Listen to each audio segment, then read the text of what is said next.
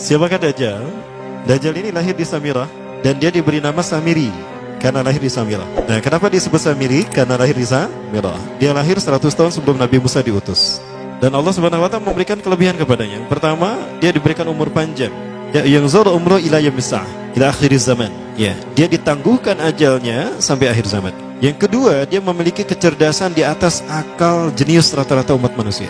Jadi sejenius apapun umat manusia yang normal, dia 60 tahun di atasnya. Sehingga penemuan-penemuannya, kecanggihan berpikirnya, kedewasaannya jauh di atas manusia. Rata-rata manusia normal. Yang ketiga, dia memiliki kemampuan sihir yang luar biasa. Apapun sihir yang selama ini kita saksikan, tidak ada yang mampu mengalahkan sihir dia. Sehingga saking luar biasa sihir yang dia miliki, seolah-olah orang mengenalnya selevel dengan Tuhan. Karena apapun yang semestinya menjadi perbuatan Tuhan, Dajjal bisa melakukannya. Nah, ini saking hebatnya sihir Dajjal. Nah, nasab kelahirannya adalah nasab yang aneh para Allah.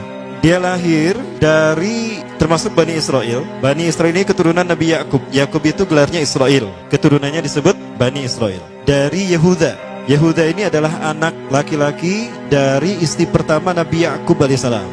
Nabi Yakub istrinya 4. Yang pertama bernama Ya'la. Dari Ya'la ini melahirkan 6 orang. Salah satunya bernama Yehuda dan Lewi. Lewi melahirkan Nabi Musa alaihissalam. Yehuda melahirkan bangsa yang kita kenal Yahudi. Salah satunya Yehuda ini melahirkan generasi yang pada akhirnya melahirkan Samiri. Ya. Kalau Rahil istri yang kedua, dan ini istri yang paling dicintai oleh Nabi Yakub, melahirkan 2 anak, Bunyamin dan Nabi Yusuf. Nabi Yusuf dan Bunyamin. Yang lainnya juga sama melahirkan 2 anak. Kahit dari Ya'la melahirkan 2 anak, Dam dan Naftali. Ya. Anak tertua dari Nabi Yakub dari istri pertama bernama Raubin. Nah, dari Yehuda inilah lahir Samiri. Nah, ayah dan ibunya, kakek dan nenek Samiri ini adalah para penyembah berhala. Karena Samirah saat itu terkenal penyembah berhala. Ayahnya ini lahir dari proses perzinahan adik dan kakak, incest. Adik dan kakak berzina, lahir ayahnya. Adik dan kakak berzina, lahir ibunya. Jadi ayah dan ibunya ini lahir dari proses yang haram. Dan ketika ibunya menstruasi, disetubuhi sama ayahnya. Jadi itu, peluangnya dari 2000 persetubuhan dalam keadaan menstruasi, 1 bisa jadi. Karena menurut penelitian medis juga, bahwa darah kotor tidak menghalangi terjadinya fertilisasi, tidak menghalangi terjadinya reproduksi manusia. Jadi tetap pembuahan ovum oleh sperma bisa terjadi walaupun ada dalam medium darah kotor, menstruasi. Nah, ketika itulah hamil dan lahirlah Samiri. Rasulullah SAW menyebutkan dalam Musnad Imam Ahmad, ayah dan ibu Dajjal ini melewati perkawinannya selama 30 tahun tanpa melahirkan seorang anak pun. Dan di tahun ke-30 pernikahannya melahirkan Dajjal, melahirkan Samiri. Kelahirannya ini akan menjadi petaka bagi kedua orang tuanya. Dia adalah orang yang paling sedikit manfaatnya dan paling banyak keburukannya bagi manusia, terutama bagi kedua orang tuanya. Bahkan ketika dia lahir, alam semesta menolak kelahirannya. Dordar gelap, hujan badai, petir, itu terjadi di malam di mana Samiri dilahirkan. Seolah-olah alam menolak kehadirannya. Nah, sejak lahir sampai usia 5 tahun dia tidak netek sama ibunya. Kebayang, 5 tahun air susu ASI tidak ditetekkan. Itu yang menyebabkan terjadinya kanker payudara. Maka ibunya pun meninggal gara-gara kanker payudara ini. Nah, ibunya meninggal gara-gara itu. Terbukti apa yang disabdakan Rasulullah. Kelahirannya menjadi petaka bagi kedua orang tuanya. Begitu pula ayahnya, maka ayahnya menjadi single parent. Nah, kemudian di tahun yang kelima, sejak lahir sampai 5 tahun, kenapa dia tidak menetek pada ibunya? Karena kerjanya tidur melulu. Disebut mati, dia bernafas dan cuma berdetak. Disebut hidup, dia tidak bergerak. Antara hidup dan mati, la yamutu wa la yahya. Nah, maka di usia ke-5 tahun, nah ini terjadi peristiwa yang menarik. Apa itu? Samiri bangun dari tidurnya di tengah malam dan tidak ada orang yang menyadari Samiri bangun. Dia merangkak dan pindah ke berhala yang terbesar. Nah, dia pindah ke pangkuan berhala terbesar, tidur di sana. Dan ternyata ketika berada di berhala terbesar tadi, ya buang air kecil dan buang air besar. Besoknya itu adalah hari pemujaan kepada dewa-dewa mereka, bangsa Samirah. Apa yang terjadi? Ketika terjadi ritual pemujaan tadi, maka sang raja yang dipertuhankan oleh kaumnya mencium sesuatu yang tidak enak. Bapaknya Samiri ini adalah tokoh agama paganisnya. Pas dilihat, kaget sang raja. Ternyata itu pesing berasal dari pantatnya si Samiri yang ada di pangkuan berhala terbesar. Marah murka tuh sang raja. Itu anak kamu, kenapa ada di situ? Kurang ajar kamu, ya telah menghina Tuhan kita. Kenapa kamu pindahkan anak kamu ke situ? Oh tidak Tuhan, saya tidak memindahkannya. Bagaimana saya bisa menghina Tuhan saya? Lalu siapa yang memindahkannya? Kan dia lumpuh. Nah, sekali lagi, kehadirannya menjadi petaka bagi kedua orang tuanya. Akhirnya raja marah dan ayahnya dipenjara. Selama ayahnya tidak bisa membuktikan penghinaan tadi, maka ayahnya dihukum mati. Pada akhirnya ayahnya pun dihukum mati. Ya, sedikit manfaat bagi kedua orang tuanya. Maka kemudian dia hidup pelihara oleh sang raja. Dan pas di usia dia 5 tahun itu, Allah menimpakan murkanya kepada bangsa Samirah yang sudah kelewat batas, maksiat, dan sudah tidak ada toleransi dari Allah untuk mereka hidup di bumi. Maka Allah perintahkan malaikat Jibril menghabisi mereka. Maka bangsa Samirah itu pun diratakan. Si Samiri karena masih balita, ya Allah selamatkan dia lewat malaikat Jibril. Diselamatkan dia dan ditempatkan di pulau entah berantah. Ada yang menyebutkan pulau ini berada di Laut Yaman, dan pulau ini dinamakan Pulau Socotra. Pulau Socotra ini adalah pulau yang berada di ujung Jazirah Arab. Nah, ini Pulau Socotra. Ini pulau tempat di mana Dajjal atau Samiri dibesarkan sejak 5 tahun sampai usia 100 tahun. Ya, dari usia 5 sampai 100 tahun dia tinggal di Pulau Socotra ini. Nah, Pulau Socotra ini adalah pulau yang berada di kawasan Yaman. Pulau yang memiliki banyak keunikan luar biasa. UNESCO sempat ingin menjadikannya keajaiban yang ke-8. Kan ada 7 keajaiban dunia ya. Yang ke-8-nya tadinya ini. Namun karena dia terkait dengan Samiri Dajjal, maka banyak negara yang menentangnya, terutama negara-negara yang menjadi pengikut Dajjal. Maka pada akhirnya pulau ini dirahasiakan. Nah, sebetulnya pulau ini unik kalau kita ingin berekreasi ke sana. Namun karena posisi yang terpencil, jarang orang mengikutinya. Para wisatawan jarang mengunjunginya. Padahal sesuatu unik, termasuk binatang dan penghuninya tuh unik-unik. Pohonnya unik. Dunia menyebutnya pulau ini dengan pulau julukan dari pulau alien hingga pulau neraka. Ada juga yang menyebutkan The Jekyll Island. Pulau Jekyll Island itu bahasa barat, kalau bahasa kitanya Pulau Dajjal. Ya, sama dengan Pulau Sedir ya. Itu juga The Jekyll Island. Nah, Pulau Socotra kaya dengan flora dan fauna yang unik hingga saat ini belum ditemukan di tempat lain. Jadi tidak ada flora dan fauna yang ada di pulau ini yang ada di pulau lain di seluruh dunia. Hanya ada di pulau ini. Makanya di pulau inilah Allah ciptakan satu binatang yang unik juga, yang disebut dengan jasasa. Jasasa, binatang jasasa itu artinya mata-mata. Tajassa yatajassu tajassusan wa jasasatan, artinya pemata-mata, spy. Binatang ini bertumbuh besar, dhahmatun kabirah tughatti jismaha asy-sya'r hatta la nastati an nufariqa ayna wajhu wa ayna dubru. Tubuhnya besar, dipenuhi dengan bulu, sehingga saking penuhnya bulu kita tidak bisa membedakan mana dubur mana wajah. Yang menghadap itulah wajah. Baik, karena itu pulau ini pernah dilestarikan sebagai salah satu dari 7 keajaiban dunia yang baru ya. Nah, baik, ini contohnya nih. Saya perlihatkan keajaiban dan keunikan. Ini adalah padang pasir di Pulau Socotra. Ini burung, salah satu jenis burung yang bisa kita jumpai di Socotra. Dan ini kepiting unik, kepiting Pulau Socotra. Aneh ya, kepitingnya seperti itu. Ini laba-laba langka di Socotra, mirip tarantula. Dan ini pohon darah naga yang ada di Pulau Socotra juga. Nah, ini salah satu jenis pohon Dorstenia Socotra. Dan ini juga pohon yang lain, pohon Dendrosisaios Socotra. Ya, saya sebutkan lagi ya.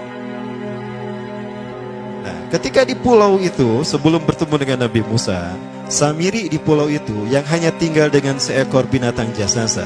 Binatang jasasa ini memberikan beberapa hal kepada si Samiri ya. Allah Azza wa Jalla menciptakan binatang berbicara yang bernama jasasa. Dia di mana lahirnya, ajalnya, matinya sama dengan ajal Dajjal. Begitu pula muncul dan menghilangnya. Binatang inilah mengajarkan akidah tauhid kepada Samiri muda. Pelajaran ini kononnya ditulis oleh Jibril alaihissalam dalam bentuk panel-panel atau prasasti. Isi prasastinya panel 1 yang ditulisnya malaikat Jibril, panel 1 itu berisi kalimat la ilaha illallah, tidak ada Tuhan selain Allah. Ini dijelaskan oleh binatang jasasa. Yang kedua, panel kedua berkata Allahu wahid la syarikalah. Allah Maha Esa, tidak ada sekutu bagi Allah. Itu dijelaskan juga oleh binatang jasasa ini. Nah, binatang jasasa ini sekali lagi dia bertubuh besar. Kategorinya adalah kelasnya itu mamalia, genusnya mamalia. Cuma saya tidak tahu nama spesiesnya apa. Pada tahun 2017, akhir dari bulan Agustus di Filipina ditemukan binatang seperti ini. Ciri-ciri binatang ini nyaris sempurna seperti ciri-ciri binatang jasasa yang disebutkan Rasulullah terkait dengan binatang yang memata-matai Dajjal. Tubuhnya penuh dengan bulu. Ini disebutkan dalam surat An-Naml ayat ke-82. Ya, binatang ini seperti ini dan dia tidak pernah jauh dari laut karena dia selalu ingin membasahi tubuhnya dan dia pun makan dari makanan ikan laut. Maka dia tidak pernah jauh dari pantai. Seperti ini. Nah, binatang inilah yang mengajarkan prasasti mengajarkan akidah tauhid kepada Samiri muda. Yang ketiga, engkau diurus oleh Jibril, karena itu janganlah engkau mengkhianati janjimu dengan Allah. hanya engkau saja di pulau ini. Panel yang kelima, makanlah dan nikmatilah makanan dan minuman yang menjadi rizki dari Allah sesuai kehendakmu. Tidurlah sesukamu, tapi sembahlah Allah dalam berbagai keadaanmu dengan tasbih keesaan Allah kepadanya, yaitu dengan melaksanakan solat yang diwajibkan kepadamu. Allah lah sang raja, Allah yang Maha Esa. Dia tidak berayah dan tidak pula mempunyai anak. Allah Tuhan Tuhan yang maha besar dan maha agung. Dialah yang maha raja. Ada 7 panel. Panel yang ke-7 bercerita tentang Nabi Muhammad.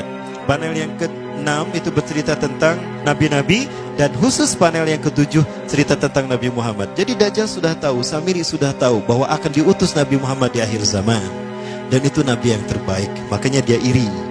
Nah, selesai panel ini disampaikan, maka binatang sejasasa berkata, wahai Samiri, saksikanlah aku telah menunaikan, innani qad fa'altu ma umirtu min rabbi. Demi Allah, saksikan aku sudah menunaikan apa yang diperintahkan padaku, kata binatang jasasa.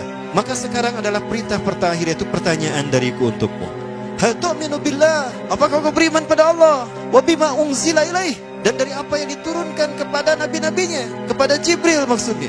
Famadal jawab ya Samiri, apa jawabanmu hai Samiri? Samiri tidak menjawabnya. Lama ditunggu-tunggu, Samiri tidak menjawabnya. Sehingga binatang ini pun pergi dengan menjerit, dengan jeritan yang membuat Samiri ini pekak telinganya. 2 kali lagi datang lagi kembali kepada Samiri dan berkata binatang jasasa, ya Samiri, famadal jawab, hal tu'minu billah, in tu'minu billah fatakunu mu'minan ajaba imanika ila yaumil qiyamah. Jika kau beriman kepada Allah, maka sungguh kau akan menjadi mukmin yang menakjubkan imannya. Inna ajalaka ukhirat ila akhir zaman. Sesungguhnya ajalmu ditangguhkan sampai akhir zaman. Jika kau beriman pada Allah, engkau akan menjadi mukmin yang menakjubkan. Fa in lam tu'min billah, tapi jika engkau tidak beriman kepada Allah, wa bima unzila ilaih, dan apapun yang diturunkan pada Jibril, innaka minal mal'unina ila yaumil qiyamah, dan kau terkutuk sampai hari kiamat nanti. Tidak juga dijawab. Pergi lagi binatang jasasa tadi sambil memekikkan suara yang pekikan yang keras. Yang ketiga kali yang terakhir dia bertanya kembali. Dan apa jawaban Samiri? Hei jasasa binatang buruk rupa, lihat di pulau ini tidak ada siapapun kecuali engkau dan aku. Dan yakinilah kalau panel ini bukan tentang Allah yang di langit sana, tapi yang disebut Allah itu saya. Hei jasasa, akulah Allah itu. Oh, dia menjerit dengan jeritan yang makin keras. Sampai si Samiri pun menutup kedua telinganya. Sejak saat itulah binatang itu pergi dan berkata, innaka dajjal, innaka dajjal, innaka dajjal. Engkau adalah pendusta, engkau adalah pendusta. Pendusta sampai hilang suaranya. Di saat itulah Samiri mendapatkan gelar Dajjal. Jadi siapa nama asli Dajjal? Samiri. Dajjal artinya Al-Kazab, pendusta, bukan singkatan katanya. Baik, nah sejak saat itulah Samiri keluar dari pulau itu dan dia sudah menyandang gelar Dajjal, pendusta, karena dia mengaku Tuhan. Baik, Iwabillah, jangan salah, Dajjal kecerdasan yang mampu melakukan cloning dan mampu melakukan berbagai macam riset dan eksperimen. Hatta eksperimen yang mengilhami film Hook itu Dajjal bisa melakukan. Bahkan ketika orang membayangkan kendaraan tercanggih itu pesawat terbang, Dajjal sudah mampu membuat piring terbang dengan kecerdasannya. Ya. Rasulullah menyebutkan kendaraan Dajjal itu dia bisa terbang, kata Rasulullah. Dan kecepatan terbangnya 5 km per sekon. 1 detik 5 km. Hanya dengan berkedip-kedip dia berkeliling dunia. Ya. Kecepatan ini diambil dari hadis Rasulullah. Berapa kecepatannya Rasulullah ketika dia terbang di muka bumi? Ya, kendaraan yang dia gunakan itu kecepatan terbangnya seperti awan yang ditiup angin, kata Rasulullah. Dan awan rata-rata ditiup angin itu 5 km per sekon. Dan jarak dari satu telinga ke telinganya, artinya setengah diameter atau diameter kepalanya, keledai yang dia gunakan, Rasul menyebutnya keledai, itu arba'una zira, 40 hasta, 27 meter. Diameternya itu 27 meter. Keledai macam apa yang jarak dari satu telinga ke telinganya 27 meter? Kalau bukan piring terbang. Ini bisa 24 meter kan? 27 meter, bisa tidak? Bisa, dan kecepatannya pun sama. Dan pernah meninggalkan jejak Cop Circle di Yogyakarta. Nah, Cop Circle itu adalah jejak UFO yang menjadi isyarat instruksi bagi para pelaku konspirasi dunia. Siapa? Para kalangan Illuminati.